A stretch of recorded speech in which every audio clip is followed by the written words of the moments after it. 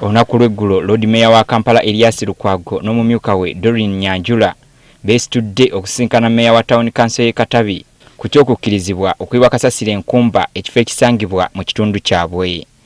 Twakaanyiza nti twalawinge KCCA for only 1 month okukozesa ekifo ekyo. Oluvannyuma lw'okukkiriziganya bano baliko obukwakkulizo obwabaweereddwa era aba KCCA ne bakkiriza nga bwe bagenda okubutuukiriza.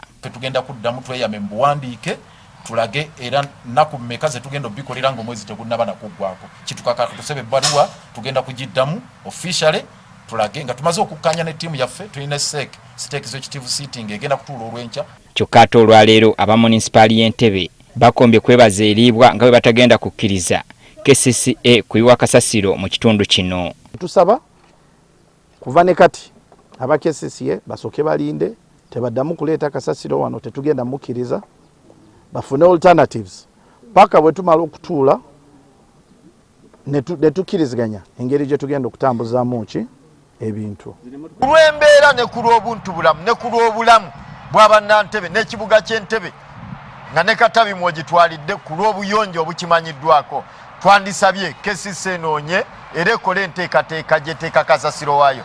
Bano abadde bakulembeddwa Meya wa munisipaali eno Fabric Ulinda ne bakansala be bayimiriza emmotoka byonna ebya KCCA ebadde bitwala kasasiro okumuyiwa mu kifo kino. Tambye kuva ne kati wetwali nnyo wano buli mmotoka eriwo tegenda kkirizibwa kuddamu kuyingira mu dumping site yaffe paka nga solution eri permanent tumaze ogifuna.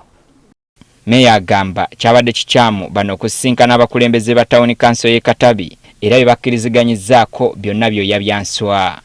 First of all ekyo kyabadde mu bukyamu lino ettaka lyaffe, this is our property, babadde balina okujja ewaffe ne tuteesa nabo ne twogera ne tulaba ekintu ekisobola okukolebwa wano kubanga kataka ke tulina katono nnyo ate nga kasasiro ava Entebbe yekka mu ka population kafe akatono abadde akyatulemye okulabirira wano mu kana akataka. Tetugenda kikkiriza muntu kutufuula nti ffe tuli bannafu ku kintu ekyaffe.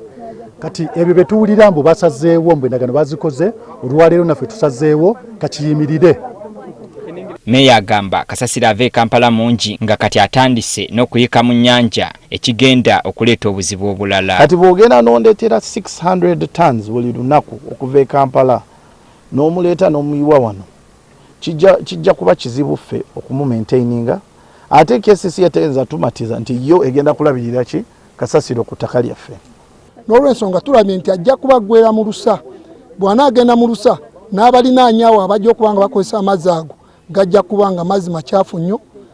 Bagamba okujjako nga bamaze okusinkana abakulu mu KCCA naye kati ekyokuyiwayo kasasiro kikafuuwe. Tule tulabe engeri gye tusobola okufuna solution eri long lasting ng'eyamba abantu ab'e Kampala n'ab'Entebbe naye nga tetusobola kikola nga tukosa community n'abatuuze baffe ab'Entebbe. Amyuka Nankulu wa Kampala David Luyimbazi ategeezezza nga bwe bagenda okusinkana abakulembeze ba munisipaali y'Entebbe nga bwe baagala bakkaanye. Era enkya tugenda kwogeraganya naye okulaba nga tumutereeza tufune olukusa olutuufu tusobole okukozesa landfill y'e Katabi. Kati mu kaseera kano akatono ke tulimu twagala kulaba nga tuteesaganya tufune emyezi ng'ebiri oba esatu nga tukozesa landfill y'e Katabi. Kati mu kiseera kino ennamusa yeeyongedde okudda ku nnyoge kuwa aw'okuyiwa kasasiro singa bano balemwa okutuuka ku nzikiriziganya.